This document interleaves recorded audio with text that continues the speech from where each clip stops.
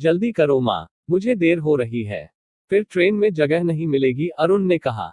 माँ बोली, तेरी गाड़ी तो 12 बजे की है, अभी तो 7 भी नहीं बजे हैं। माँ, तुम समझती क्यों नहीं हो, मैं यार्ड में ही जाकर डब्बे में बैठ जाऊंगा। प्लेटफॉर्म पर सभी जनरल डब्बे बिल्कुल भरे हुए ही आते हैं, अरुण बोला। उन दिनों श्रमजीवी एक्सप्रेस ट्रेन पटना जंक्शन से 12 बजे खुलकर अगले दिन सुबह 5 बजे नई दिल्ली पहुंचती थी। अरुण को एक इंटरव्यू के लिए दिल्ली जाना था। अगले दिन सुबह के 11 बजे दिल्ली के दफ्तर में पहुंचना था। अरुण के पिता किसी प्राइवेट कंपनी में चपरासी थे। अभी कुछ महीने पहले ही वे रिटायर हुए थे। वे कुछ दिनों से बीमार थे। वे किसी तरह 2 बेटियों की शादी कर चुके थे। सबसे छोटे बेटे अरुण ने बीए पास करने के बाद कंप्यूटर की ट्रेनिंग ली थी। वह 1 साल से बेकार बैठा था। अरुण 1-2 छोटी मोटी ट्यूशन करता था। उसके पास स्लीपर क्लास के भी पैसे नहीं थे, इसीलिए पटना से दिल्ली जनरल डब्बे में जाना पड़ रहा था। माँ ने कहा, बस हो गया, मैंने पराठा और भुजिया एक पैकेट में पैक कर दिया है, तुम याद से अपने बैग में रख लेना। पिता ने भी बिस्तर पर पड़े पड़े कहा, जाओ बेटे, अपने सामान का ख्याल रखना। अरुण माता पिता को प्रणाम कर स्टेशन के लिए निकल पड़ा। यार्ड में जाकर एक डब्बे में खिड़की के पास वाली सिंगल सीट पर कब्जा जमाकर उसने चैन की सांस ली। ट्रेन प्लेटफॉर्म पर पहुंची तो चढ़ने वालों की बेतहाशा भीड़ थी। अरुण जिस खिड़की वाली सीट पर बैठा था वह इमरजेंसी खिड़की थी। एक लड़की डब्बे में घुसने की नाकाम कोशिश कर रही थी। उस लड़की ने अरुण के पास आकर कहा, आप इमरजेंसी खिड़की खोले तो मैं भी डब्बे में आ सकती हूँ, मेरा इस ट्रेन से दिल्ली जाना बहुत जरूरी है। अरुण ने उसे सहारा देकर खिड़की से अंदर डब्बे में खींच लिया। लड़की पसीने से तरबतर थी। दुपट्टे से मुंह का पसीना पोंछते हुए उसने अरुण को थैंक्स कहा। थोड़ी देर में गाड़ी खुली तो अरुण ने अपनी सीट पर जगह बनाकर लड़की को बैठने को कहा। पहले तो वह झिझक रही थी, पर बाद में और लोगों ने भी बैठने को कहा तो वह चुपचाप बैठ गई। तकरीबन 2 घंटे बाद ट्रेन बक्सर पहुंची। यह बिहार का आखिरी स्टेशन था। यहाँ कुछ लोकल मुसाफिरों के उतरने से राहत मिली। अरुण के सामने वाली सीट खाली हुई तो वह लड़की वहां जा बैठी। अरुण ने लड़की का नाम पूछा तो वह बोली, आभा। अरुण बोला, मैं अरुण। दोनों में बातें होने लगी। अरुण ने पूछा, पटना में तुम कहाँ रहती हो?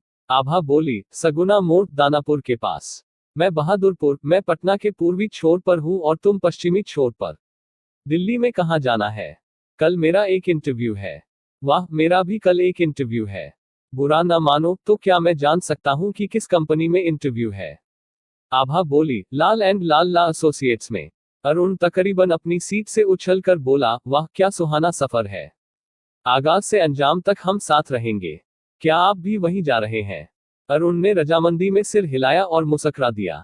रात भर दोनों अपनी अपनी सीट पर बैठे बैठे सोते जागते रहे थे। ट्रेन तकरीबन 1 घंटा लेट हो गई थी। इसके बावजूद काफी देर से गाजियाबाद स्टेशन पर खड़ी थी।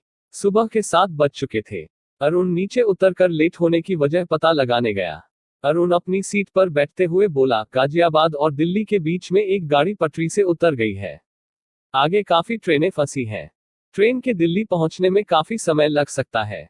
आभा यह सुनकर घबरा गई। अरुण ने उसे शांत करते हुए कहा, डोंट वरी, हम दोनों यहीं उतर जाते हैं। यहीं फ्रेश होकर कुछ चाय नाश्ता कर लेते हैं। फिर यहां से ऑटो रिक्शा लेकर सीधे कनॉट प्लेस 1 घंटे के अंदर पहुंच जाएंगे। दोनों ने गाजियाबाद स्टेशन पर ही चाय नाश्ता किया। फिर ऑटो रिक्शा से दोनों कंपनी पहुंचे। दोनों ने अलग अलग इंटरव्यू दिए। इसके बाद कंपनी के मालिक मोहनलाल ने दोनों को एक साथ बुलाया। मोहनलाल ने दोनों से कहा, देखो, मैं भी बिहार का ही हूं।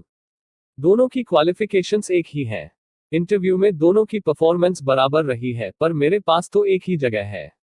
अब तुम लोग बाहर जाकर तय करो कि किसे नौकरी की ज्यादा जरूरत है। मुझे बता देना, मैं ऑफर लेटर इशू कर दूंगा। अरुण और आभा दोनों ने बाहर आकर बात की। अपनी अपनी पारिवारिक और माली हालत बताई। आभा की मां विधवा थी। उसकी एक छोटी बहन भी थी। वह पटना के कंप्यूटर इंस्टीट्यूट में पार्ट टाइम नौकरी करती थी, पर उसे बहुत कम पैसे मिलते थे। परिवार को उसी को देखना होता था। अरुण ने आभा के पक्ष में सहमति जताई। आभा को वह नौकरी मिल गई। मालिक मोहनलाल अरुण से बहुत खुश हुआ और बोला, नौकरी तो तुम भी डिजर्व करते थे। मैं तुमसे बहुत खुश हूँ। वैसे तो किराया देने का कोई करार नहीं था, फिर भी मैंने अकाउंटेंट को कह दिया है कि तुम्हें 3rd AC का अप डाउन रेल किराया मिल जाएगा। जाओ, जाकर पैसे ले लो। अरुण ने पैसे ले लिए। आभा उसे धन्यवाद देते हुए बोली, यह दिन मैं कभी नहीं भूलूंगी। मिस्टर मोहनलाल ने मुझे बताया कि तुमने मेरी खातर बड़ा त्याग किया है। दोनों ने एक दूसरे का फोन नंबर लिया और संपर्क में रहने को कहा। अरुण जनरल डब्बे में बैठकर पटना लौट आया। उसने किराए का काफी पैसा बचा लिया था। माता पिता को जब पता चला कि उसे नौकरी नहीं मिली तो वे दोनों उदास हो गए। कुछ ही दिनों में अरुण के पिता चल बसे। अरुण किसी तरह 2-3 ट्यूशन कर अपना काम चला रहा था। जिंदगी से उसका मन टूट चुका था। कभी सोचता कि घर छोड़कर भाग जाए तो कभी सोचता गंगा में जाकर डूब जाए। फिर अचानक बूढ़ी माँ की याद आती तो आंखों में आंसू भर आते। एक दिन अरुण बाजार से कुछ सामान खरीदने गया। एक 16-17 साल का लड़का अपने कंधे पर एक बैग लटकाए कुछ बेच रहा था। उसके एक पैर में पोलियो का असर था। लाठी के सहारे चलता हुआ वह अरुण के पास आकर बोला, भैया क्या आपको पापड़ चाहिए? 10 रुपए का एक पैकेट है। अरुण ने कहा, नहीं चाहिए पापड़। लड़के ने थैले से एक शीशी निकाल कर कहा, आम का अचार है। चाहिए। पापड़ और अचार दोनों घर के बने हैं। माँ बनाती है। अरुण के मन में दया आ गई। उसके पास 5 रुपए ही बचे थे। उसने लड़के को देते हुए कहा, मुझे कुछ चाहिए तो नहीं, पर तुम इसे रख लो। अरुण ने रुपए उसके हाथ में पकड़ा दिए। दूसरे ही पल वह लड़का गुस्से से बोला, मैं विकलांग हूं पर भिखारी नहीं। मैं मेहनत करके खाता हूं। जिस दिन कुछ नहीं कमा पाता, माम बेटे पानी पीकर सो जाते हैं। इतना बोलकर उस लड़के ने रुपए अरुण को लौटा दिए। पर वह अरुण की आंखों में उम्मीद की किरण जगा गया। वह सोचने लगा, जब यह लड़का जिंदगी से हार नहीं मान सकता है तो मैं क्यों मानूं। अरुण के पास दिल्ली में मिले कुछ रुपए बचे थे। वह कोलकाता गया। वहां के मंगला मार्केट से थोक में कुछ जुराबे, रुमाल और गमछे खरीद लाया। ट्यूशन के बाद बचे समय में न्यू मार्केट और महावीर मंदिर के पास फुटपाथ पर उन्हें बेचने लगा। इस इलाके में सुबह से लेकर देर रात तक काफी भीड़ रहती थी। अरुण की अच्छी बिक्री हो जाती थी।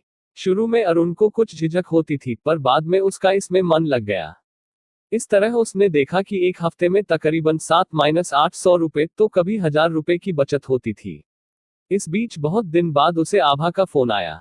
उसने कहा, अगले हफ्ते मेरी शादी होने वाली है। कार्ड पोस्ट कर दिया है। तुम जरूर आना और माँ को भी साथ लाना। अरुण माँ के साथ आभा की शादी में सगुना मोड़ उसके घर गया। आभा ने अपनी माँ, बहन और पति से उन्हें मिलवाया और कहा, मैं जिंदगी भर अरुण की कर्जदार रहूंगी। मुझे नौकरी अरुण की वजह से ही मिली थी। शादी के बाद आभा दिल्ली चली गई। अरुण की दिनचर्या पहले जैसी हो गई। एक दिन आभा का फोन आया। उसने कहा, मेरे पति गुड़गांव की एक गारमेंट फैक्ट्री में डिस्पैच सेक्शन में है। फैक्ट्री से मामूली डिफेक्टिव कपड़े सस्ते दामों में मिल जाते हैं। तुम चाहो तो इन्हें बेचकर अच्छा खासा मुनाफा कमा सकते हो। अरुण बोला, नेकी और पूछ, मैं गुड़गांव आ रहा हूं। इधर अरुण उस पापड़ वाले लड़के का स्थायी ग्राहक हो गया था। उसका नाम रामू था। हर हफ्ते एक पैकेट पापड़ और अचार की शीशी उससे लिया करता था। अब अरुण महीने 2 महीने में एक बार दिल्ली जाकर कपड़े लाता और उन्हें अच्छे दाम पर बेचता। धीरे धीरे अरुण का कारोबार बढ़ता गया। उसने कंकड़बाग में एक छोटी सी दुकान किराए पर ले ली थी। बीच बीच में कोलकाता से भी थोक में कपड़े लाया करता। कारोबार बढ़ने पर उसने एक बड़ी दुकान ले ली।